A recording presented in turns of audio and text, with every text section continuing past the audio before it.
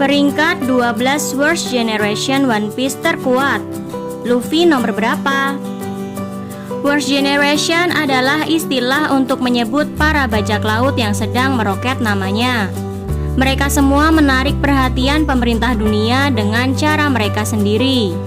Worst Generation terdiri dari 11 bajak laut yang sebelum time skip One Piece tergolong sebagai supernova. Para bajak laut yang nilai buruannya di atas 100 juta belly. Selain mereka, ada tambahan Marshall Deitch yang mendadak menjadi Yonko. Siapa Worst Generation One Piece terkuat? Begini urutannya. Di peringkat ke-12 ada Jewelry Bonnie. Bonnie sebenarnya memiliki kekuatan yang luar biasa. One Piece Stampede mengungkap kalau dengan sentuhan, Bonnie bisa membuat korban menjadi tua atau anak-anak. Bonnie juga lincah, sehingga ia bisa memanipulasi usia banyak orang sekaligus dalam sekejap. Meski begitu, sejauh ini Bonnie belum dapat kesempatan unjuk gigi. Momen Bonnie yang paling berkesan justru adalah saat ia dikalahkan oleh kelompok Blackbird. Di peringkat ke-11 ada Basil Hawkins. Bila Hawkins sudah mempersiapkan diri, dia bisa jadi lawan yang sulit ditaklukkan. Hawkins memang lemah dari segi teknik, namun dia punya kartu-kartu tarot yang bisa meningkatkan kekuatan, serta teknik sihir yang membuat dia bisa menyalurkan rasa sakit ke orang lain. Kelemahan utama Hawkins adalah bila ia melawan musuh yang bisa menguras nyawanya dengan cepat seperti Kizaru, Hawkins pun tak berdaya jika dia diserang saat tidak memiliki stok boneka kurban, seperti yang dia alami saat Law bisa melepaskan diri dan menyerangnya. Sudah menderita kekalahan dari Law dan sebenarnya sudah terkena serangan fatal dari Zoro dan hanya selamat karena punya boneka tumbal, lalu kalah pula dari Killer. Hawkins terasa lemah dibanding Worst Generation lain. Yang ke-10 ada BG. BG bisa memenangkan pertempuran yang harusnya tak bisa ia menangkan hanya dengan mengandalkan taktik dan ancaman. Kalaupun ia dipaksa bertempur, BG adalah benteng berjalan yang memiliki cukup kekuatan tempur untuk menghadapi banyak musuh sekaligus. Namun ada musuh-musuh yang tak bisa BG hadapi hanya dengan taktik. Taktiknya ujung-ujungnya tidak berguna menghadapi Big Mom. Ia pun memilih kabur di Zou saat Nekomamushi muncul. Di posisi ke-9 ada Scratchman Appo. Appo bisa meledakkan seseorang dari kejauhan. Ini terlihat di Sabaody, di mana ia mampu menciptakan bunyi-bunyian yang menghancurkan tubuh Kizaru. Kalau saja Kizaru bukan Logia, dia pasti sudah mati. Appo sekarang adalah anggota kelompok Kaido. Ia yang dulu mengkhianati kelompok Kid dengan menyampaikan posisi pertemuan ke Kaido. Skill Appo sendiri sempat mengejutkan Luffy dan Zoro. Musuh yang tidak siap bisa dengan mudah jadi korban Appo. Appo juga menunjukkan kelincahan dan bahkan ketangguhan yang lumayan. Dia sempat ditebas Zoro di Onigashima, namun masih bisa bangkit dan bertarung lagi. Yang ke-8 ada X-Drake.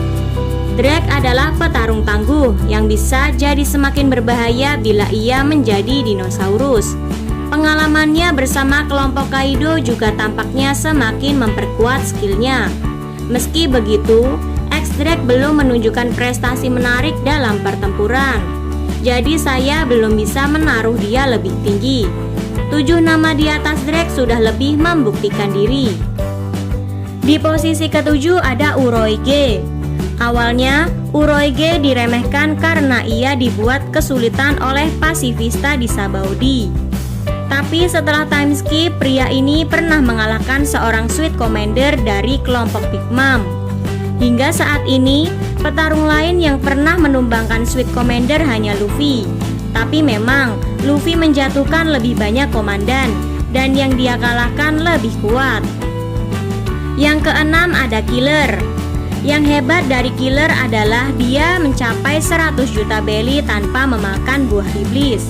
Ia juga punya nyali yang besar. Basil Hawkins mengungkap kalau Killer tetap berjuang meskipun lawannya adalah Kaido. Sebagai Kamazo, Killer pernah kalah duel dari Zoro. Saat itu pun Killer berhasil melukai Zoro hanya karena Zoro terdistraksi oleh Yukimaru. Di bab 1001, Killer beralasan kalau saja dia membawa Punisher, senjata aslinya, saat melawan Zoro dia bisa saja menang. Apakah benar? Mungkin tidak. Tapi Killer memang lebih kuat saat menggunakan Punisher. Senjata unik ini bahkan bisa melukai Kaido dengan teknik Sonicide. Teknik yang menciptakan gelombang suara untuk menyakiti organ dalam Kaido tanpa perlu menembus kulitnya. Killer lalu semakin membuktikan diri dengan mengalahkan Basil Hawkins di Onigashima.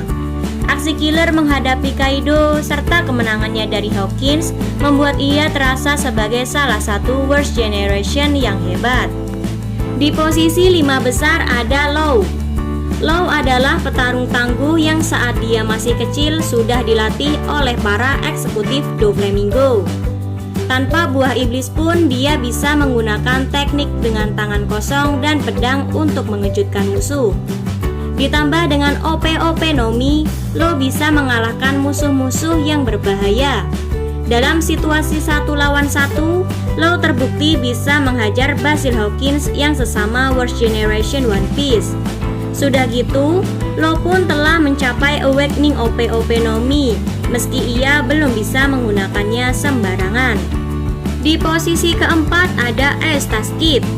Jangan remehkan Aestas Kid hanya karena dia dihajar Kaido. Kalau soal itu, Luffy pun ditaklukkan Kaido dalam satu pukulan. Kemampuan Magnet Kid berpotensi membuat dia overpowered, seperti Magneto di komik Marvel.